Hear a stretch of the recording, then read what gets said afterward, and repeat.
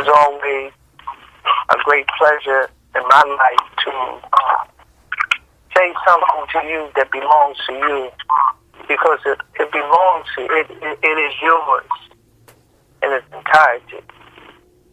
It's very important that we possess what is ours. We can't believe that it's ours. We have to know that it is ours. And that's what scriptures will teach us. So I want to thank everybody for dialing in. And we will have our opening prayer. And then we will proceed in the lesson of what is. It would be important if you mute your phone. That would be acceptable. Wama, wama, shimaka, saka. Wabama, wa, yakama.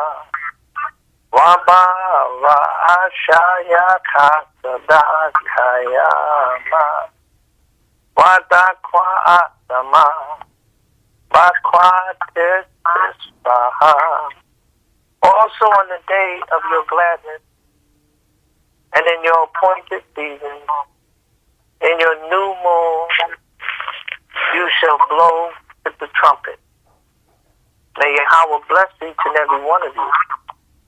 May you understand how important you are. Wayatana lakala hayama.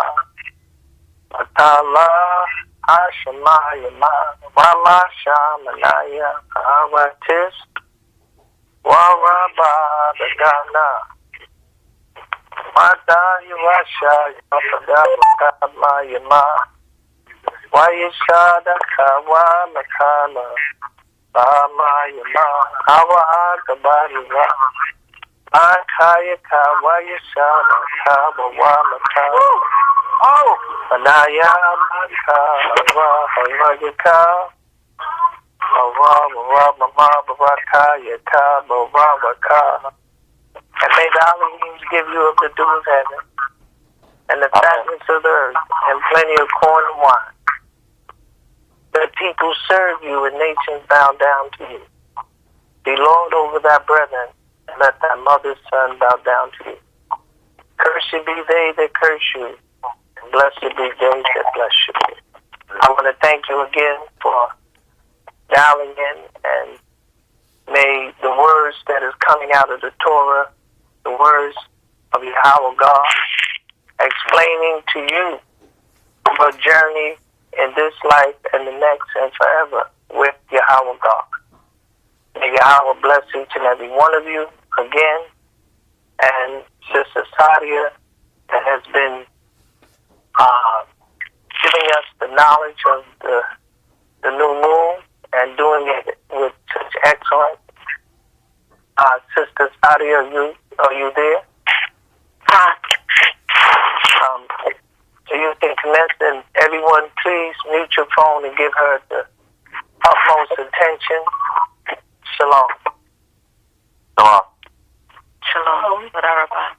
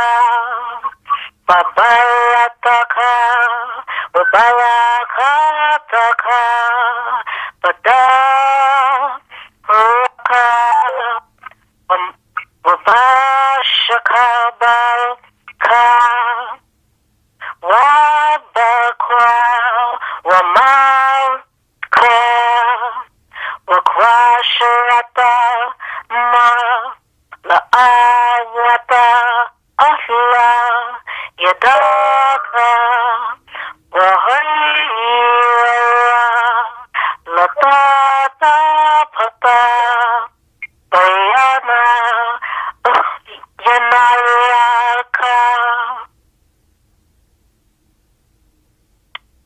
these words, which I am commanding you today, shall be in your heart, and you shall impress them upon your children, and shall speak of them when you sit in your house, and when you walk by the way, and when you lie down, and when you rise up.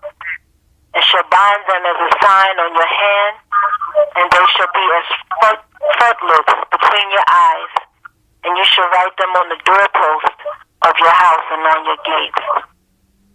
Elohim, that's Deuteronomy 6, 6, 7, 8, and 9. Oh, praise Yahweh the highest, our Elohim, the Elohim of our fathers, Abraham, Yitzchak, and Yaakov, called YASHAR'AL. YASHAR'AL, the upright of Elohim, prevailers of Elohim. Yahuwah our Elohim, whose name is our fortress, our high tower, a lamp to our feet, and a light for our path. We praise you and give you the glory and honor that is yours. Glory, hallelujah, Yeshana, Barakabah, Hashem Yahuwah. Hosanna, blessed is the one who comes in the name of Yahuwah. So greetings, Shalom Alaikum, YASHAR'AL. Toda Rabbah, thank you so much for being here, and welcome to the ninth New Moon Assembly. Wow. How is everyone? I miss you. This month seemed extra long.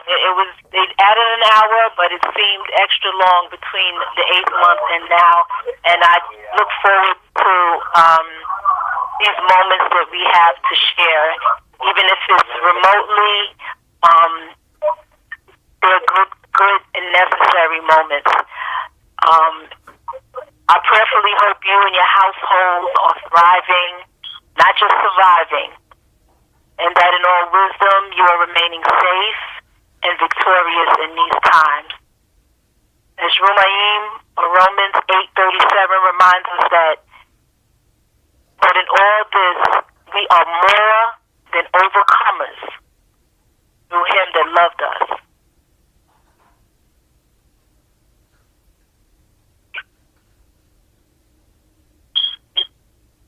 It's really real out here. It's fake, but it's real. And that's not double talk. But I'm going to let that sit for a minute and take a moment to lift up YASHAR'AL in the diaspora.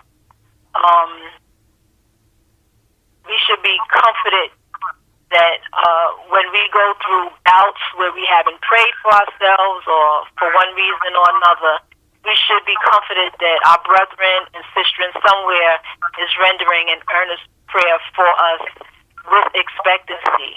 Our intercessory prayers for one another avails much. Ephesians 6:18 is praying at all times with all prayer and supplication in the Spirit, watching in all perseverance and supplication for all the set apart ones. Yes, because it's real out here. It's disturbing and troubling in many ways.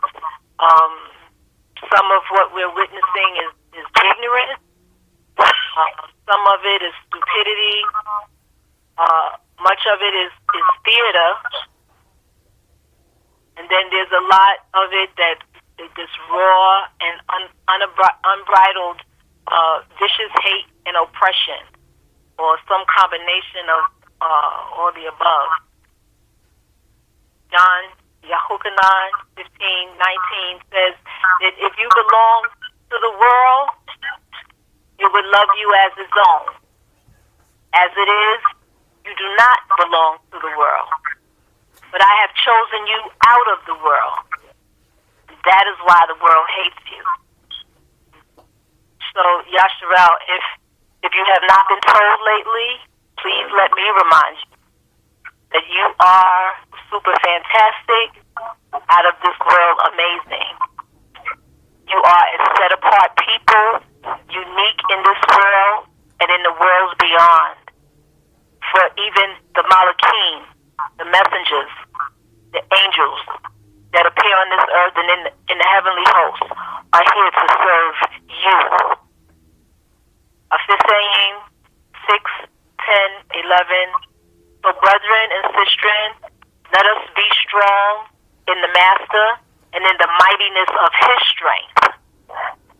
Put on the complete armor of Elohim, that we have the power to stand against the schemes of the devil. So this is the 9th month of the year, known as Kasalu or Keslu or Kislev, depending on your pronunciation. It's the period of time, November, December period of time. Nov meaning 9. Nov in November means 9. It's been taught to us that it's the 11th month. Yet the month's name lets us know with certainty that it's the 9th month. So, if you're homeschooling, YASHAR'AL, and even if you're not, let your children and your grandchildren know. Add this basic information to their curriculum. If we even just study with the children the months alone, the information about the months alone will teach them a little Latin. It will teach them history, seasons, what takes place during each month within a season. They'll learn the weather, phases of the moon, and knowing what the months really are will orientate them, where they will not have to struggle as much as we do with being reorientated, which sometimes feels like swimming upstream. This information is so fundamental, it can and it will branch out to other areas. The further development of this information, it will eventually lead to marketable skill sets. I mean, studying the Torah and the months and the set apart times, their fields, meteorology, astronomy, agriculture, geology, geometry, it's so many different fields, just skills that we can learn just from studying the Torah and the Mikra. So,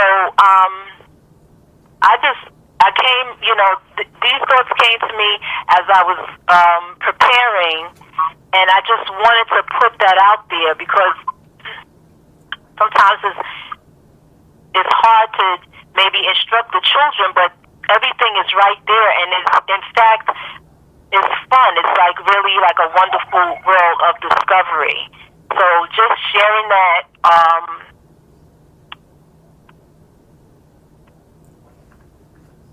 with you in terms of our growth as a community, from the eldest to the youngest and from the youngest to the elders, is something in this wonderful work for us all.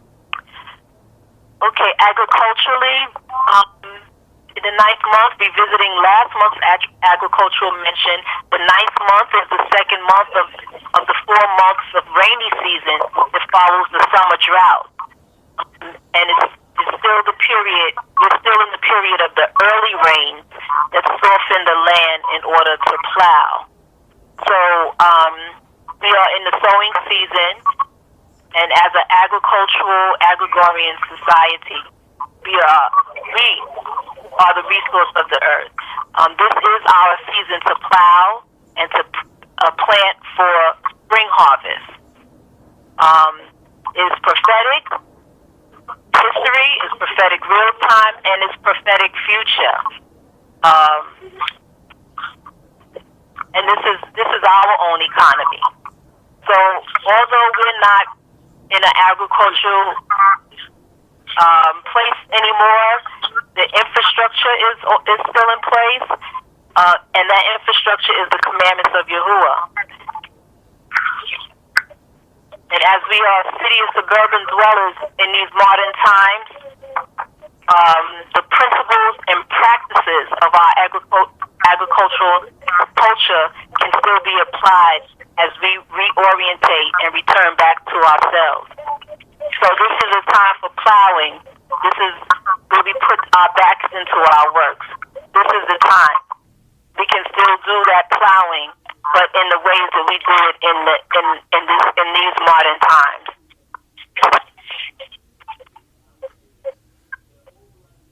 It's also worth mentioning in the event that it may add to your independent study that the plow is represented in the Aleph bit by the letter Zin, or which in English would be the Z. And letter in Hebrew is Aut, Aleph, Wa, Tha. And the word Aut in Hebrew means sign, wonder, mark, miracle. You can refer to Strong's Hebrew number 226 for that word. And it lets you know that the Aleph bit, the 22 characters, each one has a depth of meaning. It's the sound to put the words together, but each sound has a depth of meaning. And it's, in my reading and coming to know and understand and learn, I believe, and this is my belief, that the Torah in completeness is actually embedded in those 22 characters. If we can probably take a year or more to study each letter, which is Aut, is a wonder. That's wonder, mark, miracle. It's a sign. So the Zin is a picture of ancient wooden plow.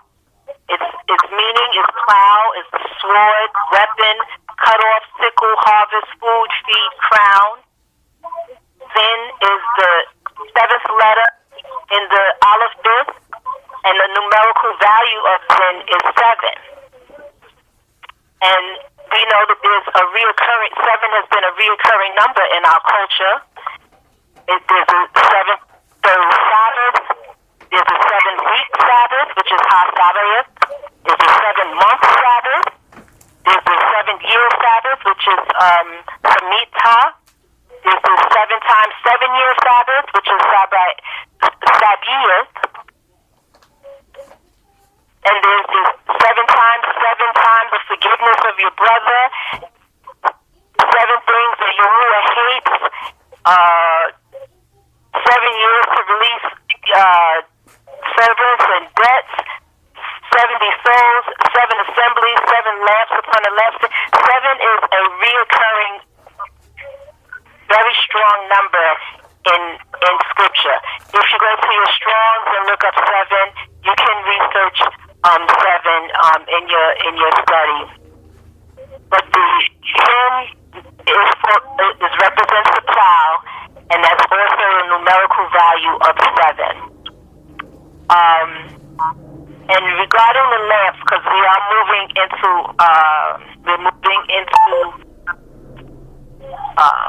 Hanukkah, which occurs during this month, and into the 11th month, into the 10th month. Into the 10th month.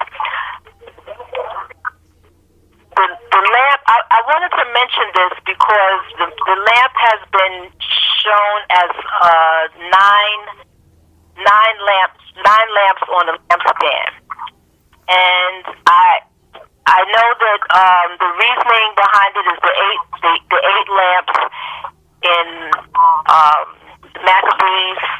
The oil lasted longer, and the ninth lamp that they market is a helper. It's not actually counted it in the 8. But it's a redesign, and I have not found any scriptural evidence of the 9 candle holder. And I want to read Shemot, Exodus 25:31 through 40, that describes how meticulous this lampstand was designed. And I read in your hearing, and you shall make a lampstand of clean gold. The lampstand is made of beaten work.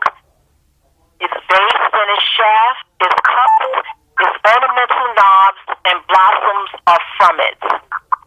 32. And 6 branches shall come out of its sides, 3 branches of the lampstand out of one side, and 3 branches of the lampstand out of the other side.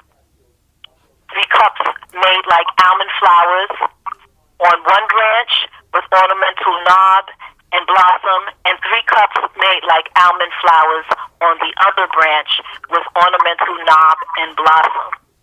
So for the 6 branches coming out of the lampstand.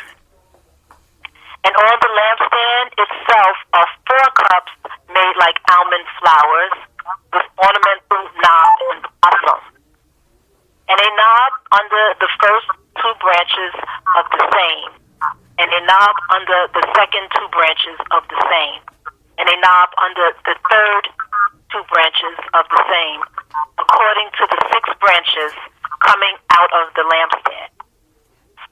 Their knobs and their branches are of the same, and of it 1 beaten work of clean gold. And you shall make 7 lamps for it, and they shall mount its lamps so that they give light in front of it. And its snuffers and their trays are of clean gold.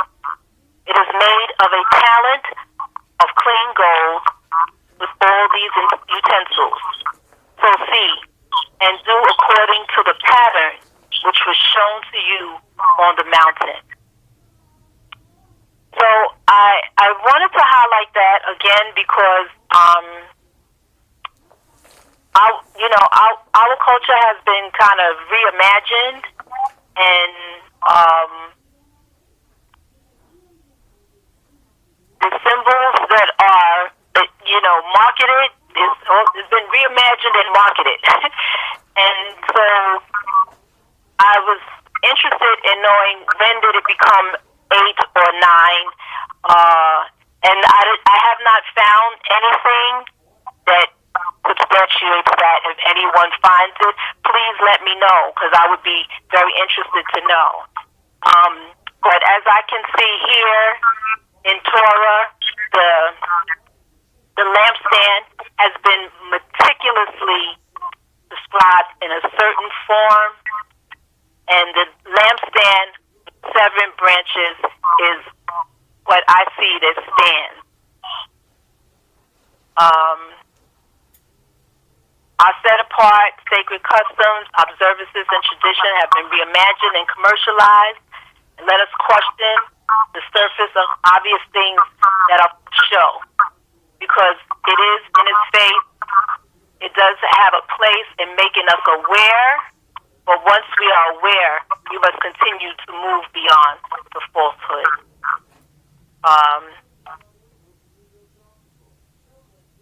So I want to share some scriptures that with events that have taken place in the 9th month, so that we can see the time of the year that some of these things have taken place. Haggai 2:18, consider from this day onward, from the 24th day of the 9th month, since the day that the foundation of the Lord's temple was laid. There's Zechariah 7:1. In Acts 14:17,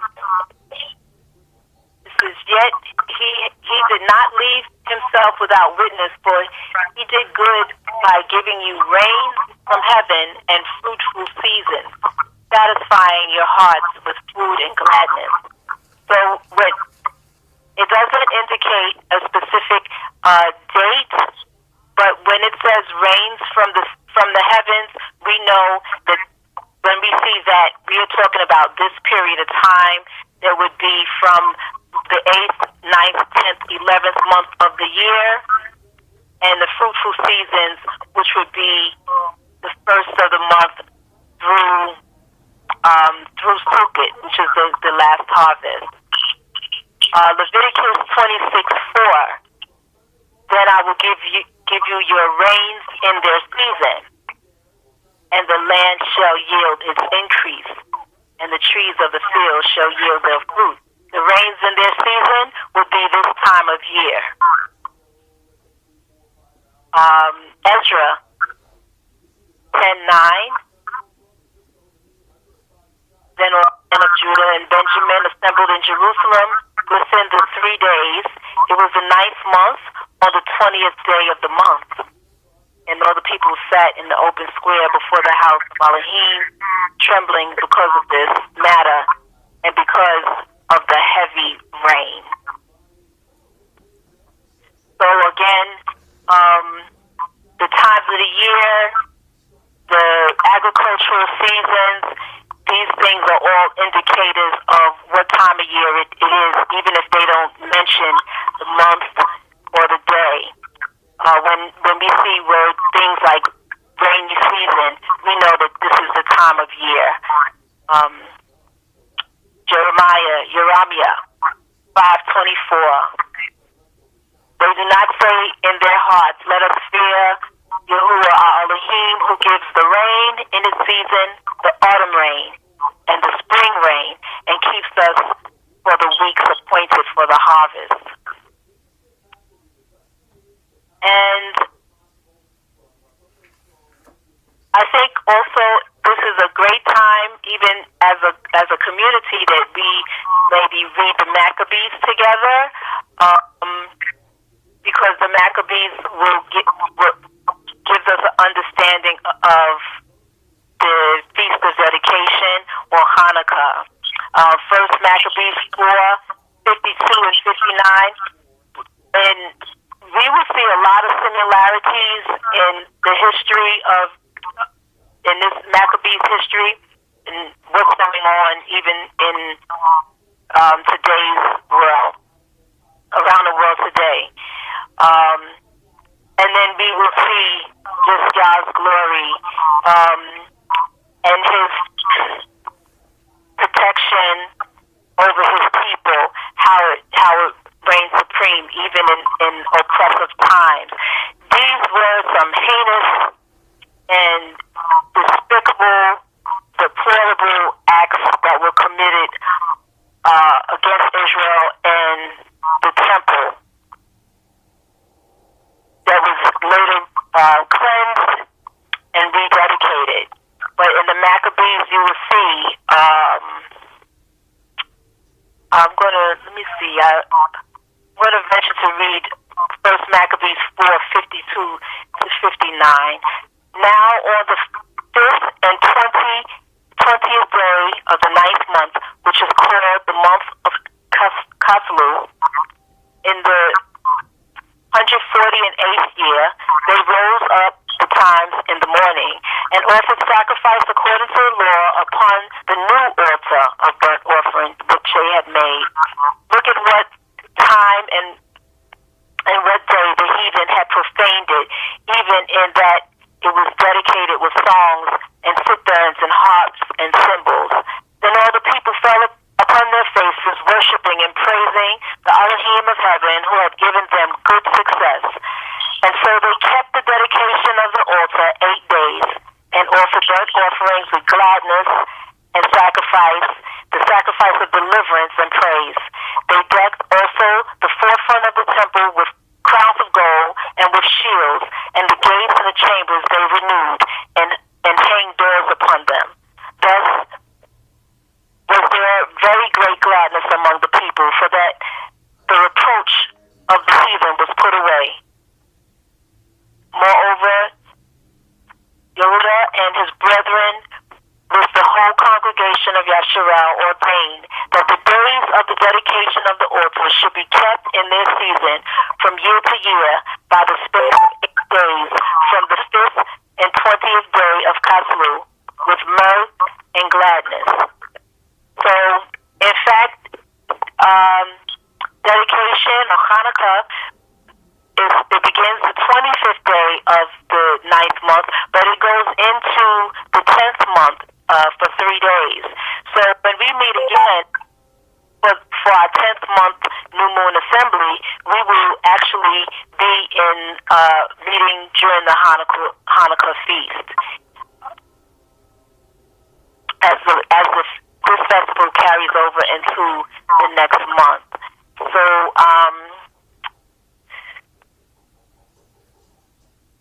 Second Maccabees 10:5 and 6. Now upon the same day that the strangers profaned the temple, on the very same day it was cleansed again, even the 5 and 20th day of the same month, which is Kaslu. And they kept it for 8 days of gladness as the Feast of Tabernacles. They kept it in the same way. Remember that not long before they had held the Feast of Tabernacles.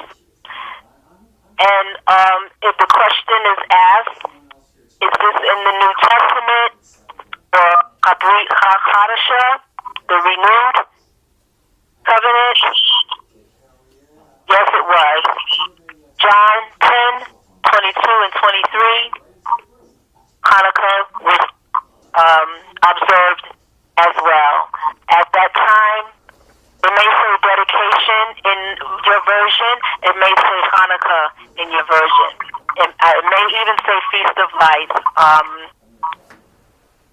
But that would be Hanukkah. At that time, the Hanukkah came to be in Jerusalem, and it was winter. And Yahushua was walking in the set-apart place in the porch of Solomon. So yes, it was also observed and celebrated in the time of the Messiah. And I even want to add a note of thought to that, to reason out. I actually counted 40 weeks between Hanukkah and the first day of the end of Hanukkah and the first day of Sukkot. And I'm just adding this for your further study, but I'm kind of convinced in my own study is there's a reason that Yahushua HaMashiach was conceived at the end of Hanukkah, known to us as the Feast of Dedication, when the temple was restored after the heinous heathen abominations that had taken place and was cleansed and rededicated. So that I'll let that marinate. But as when we met before, there's evidence that I see that Yahushua HaMashiach was born on the first day of Sukkot and circumcised on the last great day. And in counting 10 months previous or 40 weeks previous, it would be the end of Hanukkah. So I will close with this from First Maccabees 4:30 and 33. Blessed are you, Savior of YASHAR'AL, who did stop the violence of the mighty men by the hand of your servant Zahul, and gave the host of strangers into the hands of Yehunadab, the son of Shaul, and his armor bearer. In like manner, shut up this army in the hand of your people, YASHAR'AL, and let them be ashamed of their army and horsemen. Make them cowardly and cause the boldness of their strength to fall away, and let them quake at their destruction. Strike them down with the sword of them that love you, and let all those who know your name praise you with thanksgiving. So thank you, brethren and sisters, for your ear A reminder, *6, mute your line as we welcome Rabbi Adams. Brings us a message to tell YASHAR'AL. Hallelujah. Toda Rabbi. Shalom. Shalom. Shalom, my dear sister and my brethren that is listening. My job, any teacher's job, is to bring those that will listen into mastery. We start out as students, but it's my whole desire to bring you into being a master of a destiny that's written in Torah. And I pray that the Ruach of Yah anoint me to do just that. I don't want you to waste your time because I feel that the time you're giving is precious. And I know who I'm talking to, a divine people. So I have to give you the most perfect word, and the only perfect word is Yahweh's word. So when you go into Torah, it's nothing that's more perfect than Yahweh's word, because the principle by which things are built is on the word of Yahweh. So before I get into this, I want to ask Sister Alicia Bar, are you on? Alicia Bar? I guess she's not here. So let me continue. Shalom. It is my... Oh, shalom, Alicia Bar. Is that you? Alicia Bar. Hello? Hello. Oh, shalom, Alicia. Could you tell them the story that you mentioned to me that I told you that I would want you to mention? I certainly will. All praises to Yah Most High. All praises to Yah Most High. Yah Abraham, Isaac, Yaakov. Yah, we thank you, Yah. We thank you so very much for being who you are. The awesome Yah.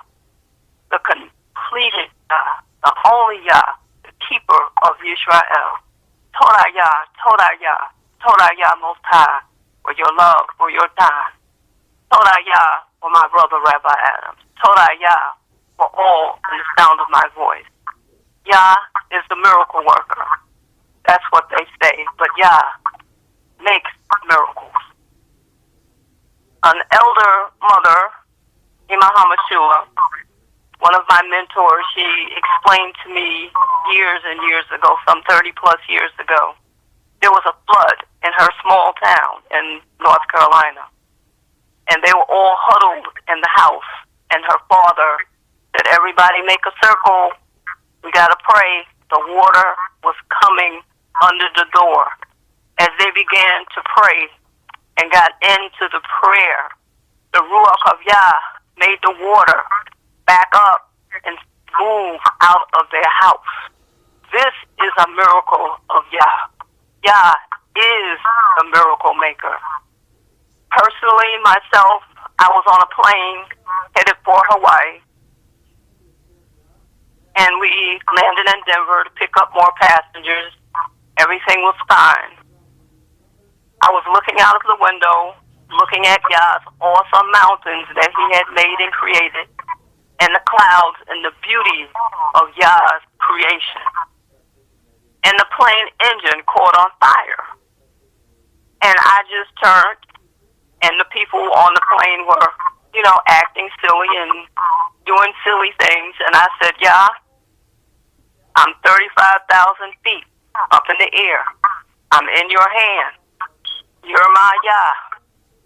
I turned to the window, and I went to sleep. When I woke up, we were almost back to Denver, and the people around me that I'd spoken to earlier, well, how did you sleep? How did you sleep? And I said, easy. I prayed and I went to sleep. I put myself in the Most High's hand. These are miracles of Yah. They are here with us today. We might bypass them and not even notice Yah's handiwork, but Yah is always with us. All honor, all glory, all praise to our Father, Yah Most High. Hallelujah, hallelujah, hallelujah. Amen. Hallelujah. I wanted her to mention that because it is my true and effort that I put forward to bring a message to you, Israel. Nobody else. This is just for you. And this is to bring you into mastery, but as you come into mastery, you have to be responsible. As it says in Proverbs, there's a way that seemeth right, but the end thereof are the ways of death. So you have to have good discernment. Isaiah 9 verse 16 says, for the leaders of this people cause the people to err, and them that are led of them are destroyed. I like what it says in Philippians chapter 2 verse 12. Work out your own salvation with trembling and fear. 2 Thessalonians 5:21. Prove all things and hold fast to that which is good. I like those things because you have to be responsible. Now let's talk about Yah's principles that contain the containing principles that Yah has put forward. One is life. Two is His word. And three is thought. You got to mute your phone. Because I'm telling you how I'm moving so that you can keep abreast of what I'm saying, so that you will know the truth of what is coming out of my mouth. Let me go over it again. One is the light frequency. Two is the word. Three is the thought and the movement. Those things are how things work. Words are very important. Because when Yahweh told Israel, He said, obey Israel, for I'm one with you. When He told Israel, He said, at first I want you to obey me. And He was only talking to you. And He said you would be one with Him. And therefore, we in the oneness, which we would live in the Ruach of Yah, in the name of our God, Yahweh God, and we would control the light frequency. Let me go on to prove it to you. Tell Israel the circumstances that is before them and how they will get out of it, and that tomorrow belongs to them.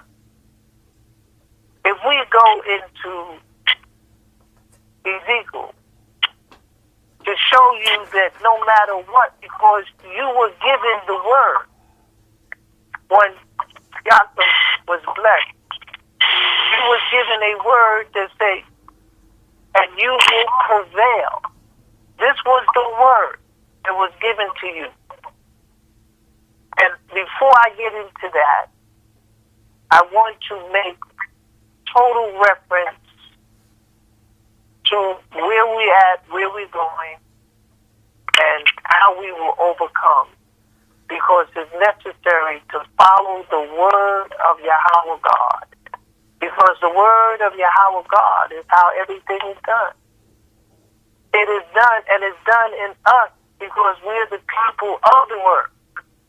And therefore, for you to become that mastery, and let us talk about the circumstances that is prevailing, that we can understand that in our very existence of keeping the commandments, we build up a frequency. Okay.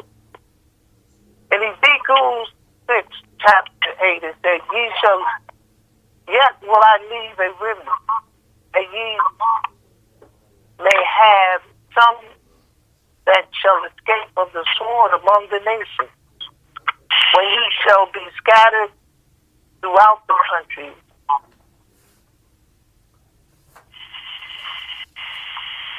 So he's told you that a remnant will escape, and they will be thrown throughout the country. In Deuteronomy, as it said, yet will I leave a remnant, that ye may have some that shall escape of the sword among the nations, where ye shall be scattered throughout the country. And in Deuteronomy, it told you that as we were scattered, we would come to the point of remembering, of coming to the point of who we are as a people. And therefore, because it says, and it shall come to pass when all these things will come upon you, the blessing and the curse which I have set before you, and you shall call them to mind among all the nations whether how thy God has given you. And this is what you have done and continues to do, to bring this to mind. In Isaiah 54, it says, awake, awake, and put on strength. It told him, he said, I want you to awake now. And it said it twice. He said, now, let's be easy with them, because they've been asleep so long. Let's be a comfort to them, so that not only that, let us show them that what they might think is impossible, it's not impossible, because Yahweh said, I want you to put on strength. I want you to wake up. He said, O Zion, put on the beautiful garments, O Jerusalem, the holy city, for henceforth there shall no more come into thee the uncircumcised and the unclean. So he said, I want you to put on strength. And Zechariah chapter 10, he says, and I will strengthen them in Yahweh, and they shall walk up and down in my name. He said, your strength is in the name of your God. You understand? He's telling you, he said, I want you to put on strength. God said, well, what strength are you talking about? The name of your God, Yahweh God. Let us go on. The bare truth that Yahweh is leading us in a path that will bring us into mastery of his word, knowing that it is true. That he wants us to relax. But how do you relax? He said there's words in Torah, and one of the words is trust. A very profound word, trust. And Yahweh said, I want you to trust me. Even though you don't see it, I want you to trust me. And Isaiah, can you get the door?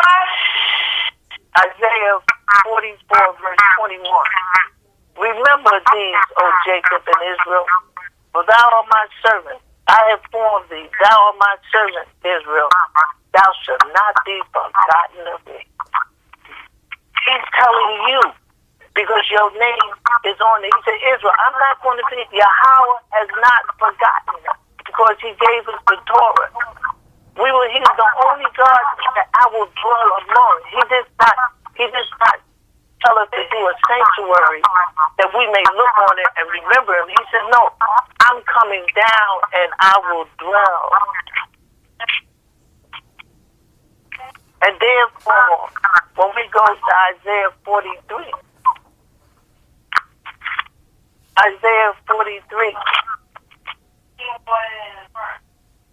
verse 22. But thou hast not called upon me, O Jacob, but thou hast been weary of me, O Yasha'al. We must call him. It must be on our lips.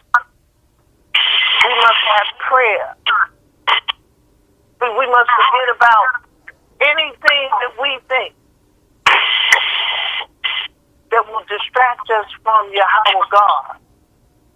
It is so important that we remember our journey is in His name, in His person, that we will have a life. That's why He said, comfort ye, my people. He said, how can I be comforted in a time where circumstances are so displeasing to me? Yahweh said, comfort them through the words that I will tell you. And in Isaiah chapter 43, verse 1 to 2. But now thus said Yahweh, that created thee, O Jacob, and he that formeth thee, Israel, fear not. For I have redeemed thee, I have called thee by thy name, thou art mine. When thou pass through the waters, I will be with you, and through the rivers, they shall not overflow you. When thou walkest through the fire, thou shalt not be burnt. Neither shall the flame kindle upon you. Yahweh is saying some things to you, that these words, because the universe is built on Yahweh's word. He said, that which has come out of my mouth, I will not alter. He says, for I am Yahweh. And he always say, your God, the Holy One of Israel, your Savior. I gave Egypt for your ransom, Ethiopia, Sabah for thee. Since you were precious in my sight, thou hast been honorable, and I have loved you. Therefore will I give men for you, and people for your life. Fear not, for I am with you. I will bring your seed from the east and gather them from the west. I will say to the north, give up my son